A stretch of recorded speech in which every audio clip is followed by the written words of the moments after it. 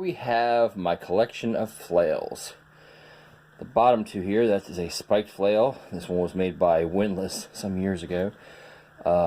This one my parents got in Germany. It's more decorative, but the ball on it's kind of a cast iron, so it's not too easily breakable, but not great.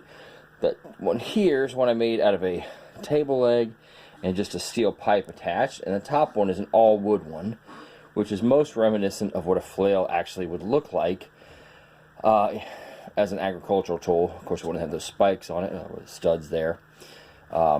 If it were an agricultural tool, it'd just be the wood. But what they were originally used for was for flailing grain, which is where you hit it with the hold the handle, hit it with the spindle, and it knocks the seeds out of the pods without breaking the seeds, which if you hit with a stick, apparently it does. So that's where they originate. And I think Matt Easton on his channel, Scala Gladiatoria, mentions that they probably did exist in history. We probably don't have any surviving examples from history, so there's some question about what they were used for and what exactly the proportions would be. Now this one is definitely functional. It's made out of high carbon steel, and each one of those, you can kind of see how each one of those spikes is put on there individually and screwed in. It's quite heavy to handle. This ball is much lighter, being kind of porous cast iron, but you see the spikes are cast only in a row and on two sides. That's because they're cast in a mold. Whereas to get them on all sides, you do like this. The spikes actually aren't for penetrating the armor, more so when they hit, the spikes keep the ball from rolling.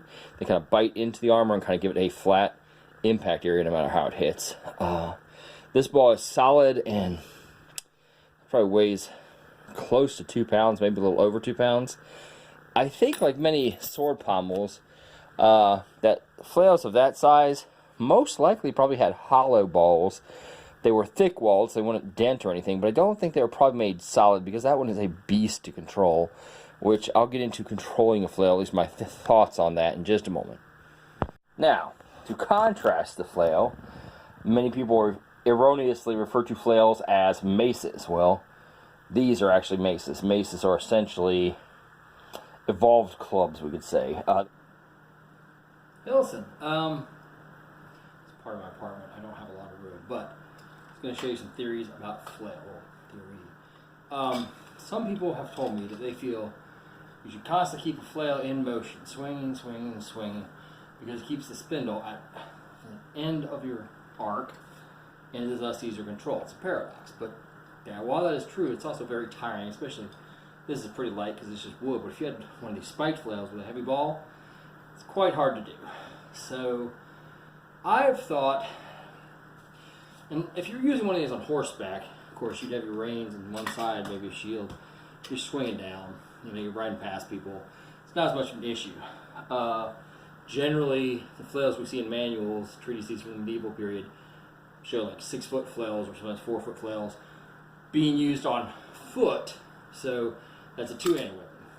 Obviously that negates the other hand, but with a single-handed flail like this, I think if it were used on foot, like I said, there's not a whole lot of evidence as far as I'm aware of for these, and what they were used for in history and what forms they took. There's art evidence. I don't know there's any surviving examples. Matt Easton on Scala Gladiatoria channel talks of this.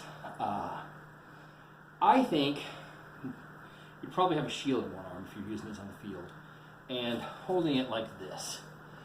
And you're basically doing 3 strikes, downward at angles or straight down. So you're going to angle, coming straight down. Basically, especially if you're pressed in, with other people, there's not other places much to hit anyway. But I think you'd have a shield in this arm, and you'd swing over. You could rest it on your shoulder, punch him out.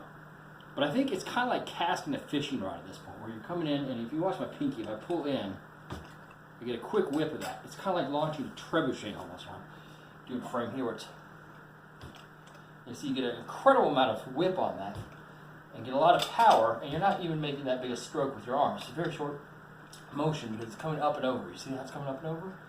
Like a trebuchet launching a projectile. And I think that's the technique that makes most sense to me.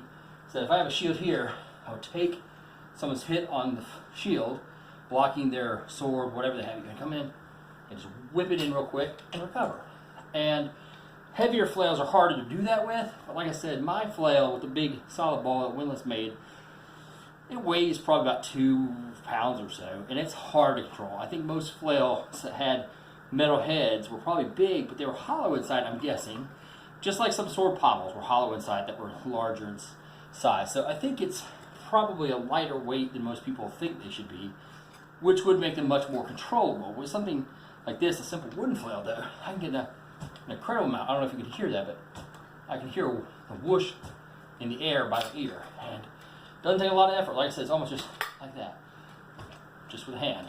And pinky, pull it in like this, which I think was also possibly done with single-handed swords. As you see in the manual, sometimes people holding swords like this, well, not manuals sometimes, but a lot of artwork, we're holding like this. And it may be that these fingers are out and they're just loose-handing it, or maybe they're using these fingers back and forth like this to control. So this pull, the pinky would pull it forward and then recover, pull, recover.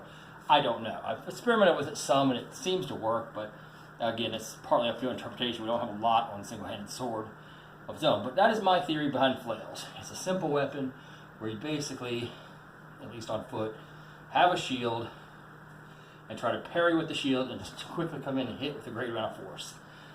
Even with a short chain like this, a spindle, if it hit the top of a shield here, say, the arm would come behind it. So if you even had a short chain, even if the ball were here, it still can get behind things slightly, which I think is one of the advantages of it, potentially. I'd have to do more experimenting with other people sparring or something to really test that. But anyway, let me know your thoughts on this one. Because like I said, I'll give a hit of the punching bag here, and we can hear how loud I hit.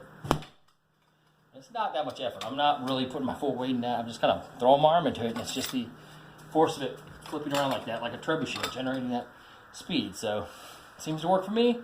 Let me know what y'all think. I'll try to keep the video short. Hey, listen.